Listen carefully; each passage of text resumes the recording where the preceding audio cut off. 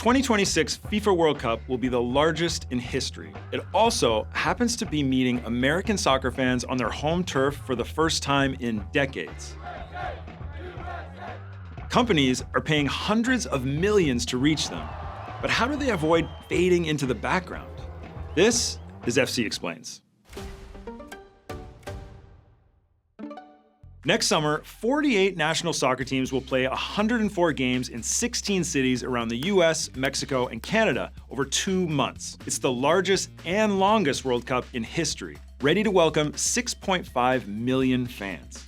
And if there's one thing we know about soccer fans, it's that they love to spend money on their passion, as well as the brands that support it. Now, the World Cup hasn't been held in the US since 1994, and it's a chance for brands to reach the modern American soccer audience, which has been growing quickly and on an unprecedented scale. Men in Blazers started more than a decade ago as a podcast where two friends would chat casually about the game. Since then, it's grown into a media network focused on US soccer, attracting more than 2 billion impressions last year. Its co-founder Roger Bennett told me that 2026 will be a huge opportunity for brands to take advantage of this unique American moment. And he knows what he's talking about. Men in Blazers has been working with companies like Coca-Cola, Verizon, Michelob Ultra, Marriott, and Visa on their branding game plans for the next Cup. A key strategy, according to Bennett, is focusing on compelling human stories and thriving fan culture both in and out of the stadium, which can sometimes become more influential than the game itself. Smart brands will highlight the larger life truths that are inherent in the game. So how can they do this? I talked to a few big brands about what's in the works. Verizon's VP of Partnerships said they've been planning since late 2024, asking themselves how they can enhance the World Cup experience for fans during the event, but also how to stay visible and deliver after it's over. Brands have also been putting themselves out in the wider soccer world. They hope to establish their credentials with fans before the tournament, so they don't look like a bunch of logo-slapping tourists once the tournament starts. The VP of Media and Entertainment at Anheuser-Busch told me that they've been fine-tuning their strategy for several years, testing concepts through other sponsorships like Major League Soccer and the Mexican national team. He hopes to position their brands at the center of the sport's global fandom, which, on American soil, he called an unprecedented opportunity. But when it comes to massive events like the Olympics or the World Cup, there is something to watch out for. Sometimes, the biggest brands are reduced to being logos in the background that people eventually just stop noticing.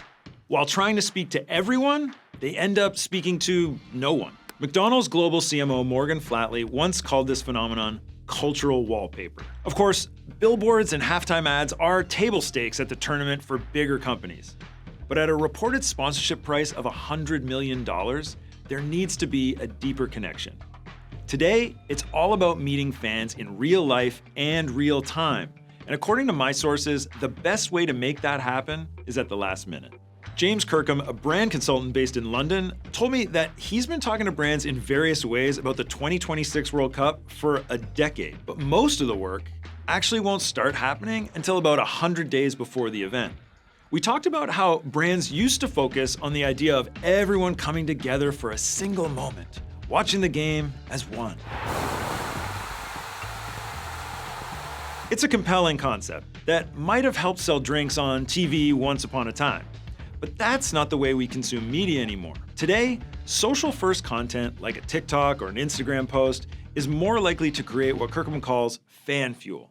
But these natural, authentic moments can't be staged. So what can be planned in advance? Even with years of notice, it's difficult to predict where a brand will fit into the culture at a particular time, or other hurdles that might come up unexpectedly. In 2022, just days before the World Cup kickoff, Qatar decided to ban alcoholic beer sales at tournament stadiums. It was a bit of a curveball for Budweiser, which had been a regular FIFA sponsor since the 1986 Cup in Mexico, and paid $75 million to be the official beer in Qatar. The company pivoted, which required big changes, right down to refrigerators that had to be swapped from iconic red to white, the color associated with the non-alcoholic Budweiser Zero.